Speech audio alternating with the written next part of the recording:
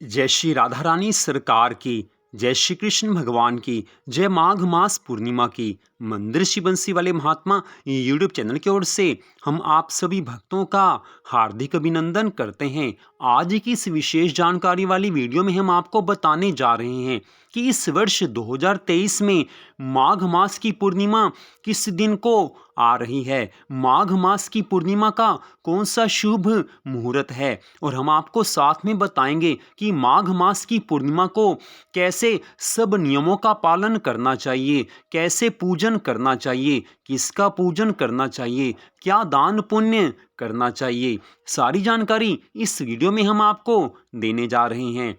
तो सबसे पहली बात यह है कि हमारे हिंदू धर्म में पूर्णिमा तिथि का विशेष महत्व बताया गया है और माघ मास की पूर्णिमा तिथि का महत्व तो और अधिक बढ़ जाता है, क्योंकि माघ मास में भगवान की भक्ति करने से अनंत गुना पुण्य फल मिलता है और इस कारण माघ मास की पूर्णिमा तिथि का विशेष महत्व बताया गया है। तो इस वर्ष 2023 में माघ मास की पूर्णिमा तिथि 5 फरवरी 2023 दिन रविवार को है। जी हाँ, माघी पूर्णिमा अर्थात माघ मास की पूर्णिमा 5 फरवरी 2023 दिन रविवार को है। तो माघ मास की पूर्णिमा तिथि का आरंभ 4 फरवरी 2023 दिन शनिवार को रात्रि 9:29 पर हो जाएगा और पूर्णिमा तिथि की समाप्ति 5 फरवरी 2023 दिन रविवार को रात्रि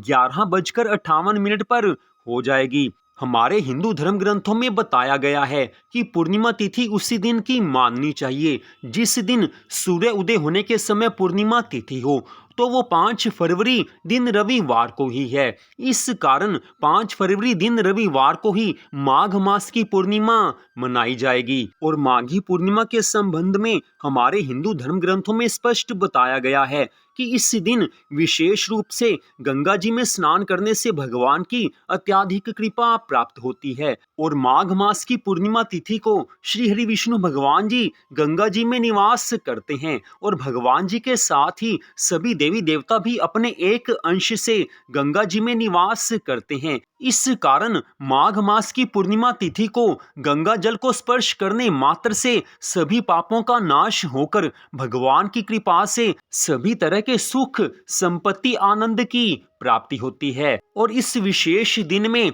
गंगा जी में स्नान करने से अनंत गुना पुण्य फल मिलता है। त्रिवेणी में प्रयागराज में स्नान करने से अनंत गुना पुण्य फल मिलता है। पूरी श्रद्धा भावना से जो इस दिन गंगा जी में स्नान करता है उसको भगवान की कृपा से बहुत ज्यादा पुण्य फल की प्राप्ति होती है। तो अब हम आपको बताने जा रहे हैं कि इस दिन किन किन नियमों का पालन करना चाहिए। तो अगर संभव हो सके तो आप माघ मास की पूर्णिमा तिथि के दिन गंगा जी में स्नान करें। अगर ऐसा नहीं हो सके तो आप अपने घर में सुबह जल्दी उठकर जब स्नान करने लगें तो नहाने के जल में थोड़ा सा गंगा जल मिला लीजिए। इससे भी गंगा स्नान का पुण्य फल मिल जाएगा। और मान लीजिए आपके घर में गंगा जल नहीं है तो भी नहाते समय हर हर गंगे, जय श्री लक्ष्मी नारायण भगवान जी की, जय श्री राधा कृष्ण भगवान जी की, इस तरह बारंबार भगवान के नामों का, गंगा मैया के नामों का उच्चारण कीजिए।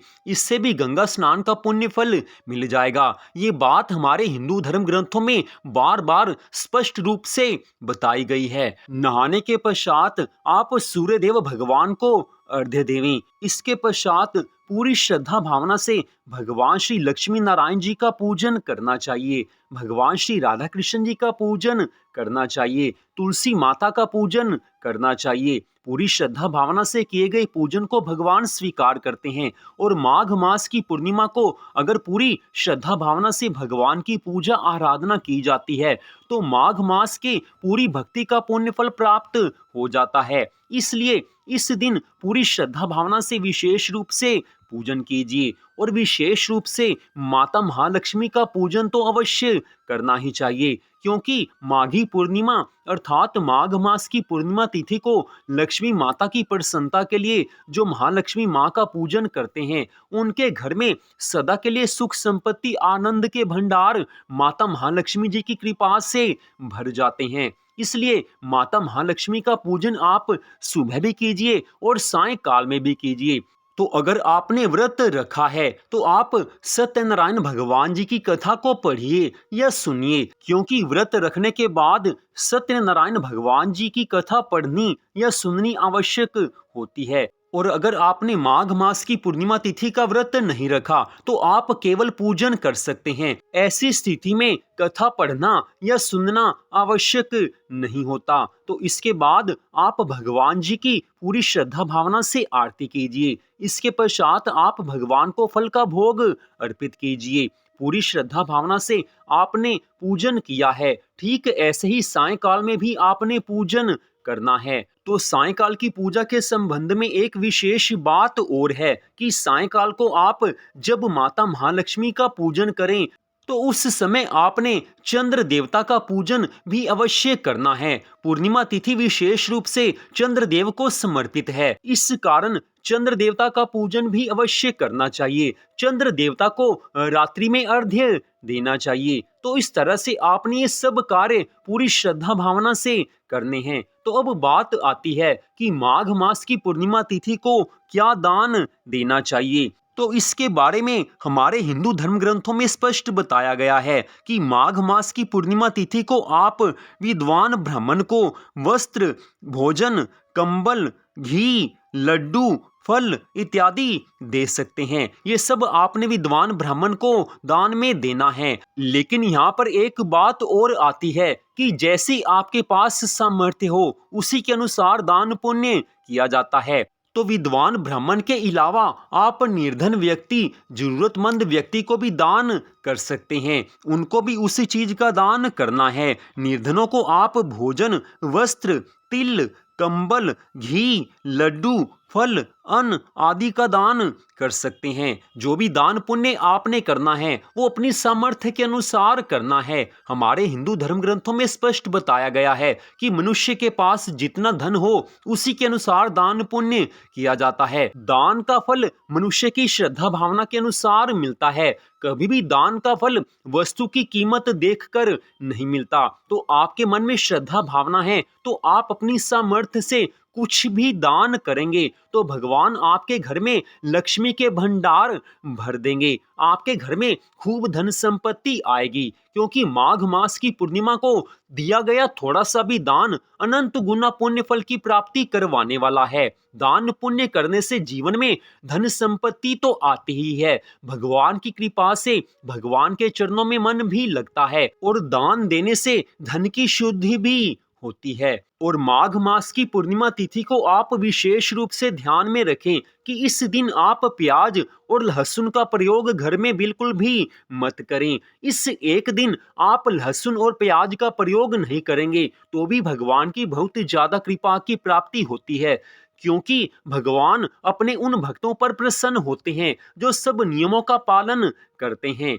तो अंत में हम आप सबको फिर से बता दें कि माघ मास की पूर्णिमा तिथि अर्थात 5 फरवरी दिन रविवार को आप सुबह सवेरे जल्दी उठकर स्नान करें। इसके पश्चात भगवान जी का पूजन करें। इसके बाद आप श्रीमद् भागवत महापुराण की कथा को पढ़ सकते हैं या सुन सकते हैं, या आपने कोई और भी कथा पढ़नी हो या सुननी हो तो आप ऐसा कर सकते हैं। इसके पश्चात आप सारा दिन भगवान के मंगलमय नामों का जाप मन ही मन या मुंह से बोलकर अवश्य कीजिए, क्योंकि माघ मास की पूर्णिमा तिथि को भगवान का एक नाम लेने से करोड़ों गुना पुण्य फल प्राप्त होता है। इस दिन हम भगवान का जितनी बार भी नाम लेते हैं उतना ही भगवान की बहुत ज्यादा कृपा की प्राप्ति होती है। तो अंत में आप सबसे यही निवेदन है कि माघ मास की इस पूर्णिमा तिथि को अपने मन को भगवान के चरणों में अवश्य लगाएं ताकि भगवान की कृपा की प्राप्ति की जा सके।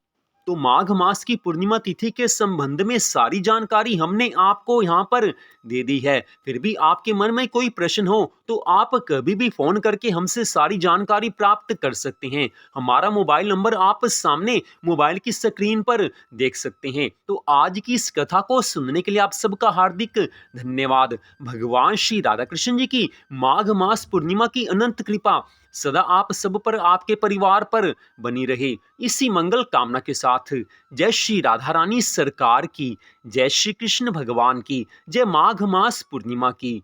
जय जय श्री राधे, जय जय श्री राधे, जय जय श्री राधे श्याम।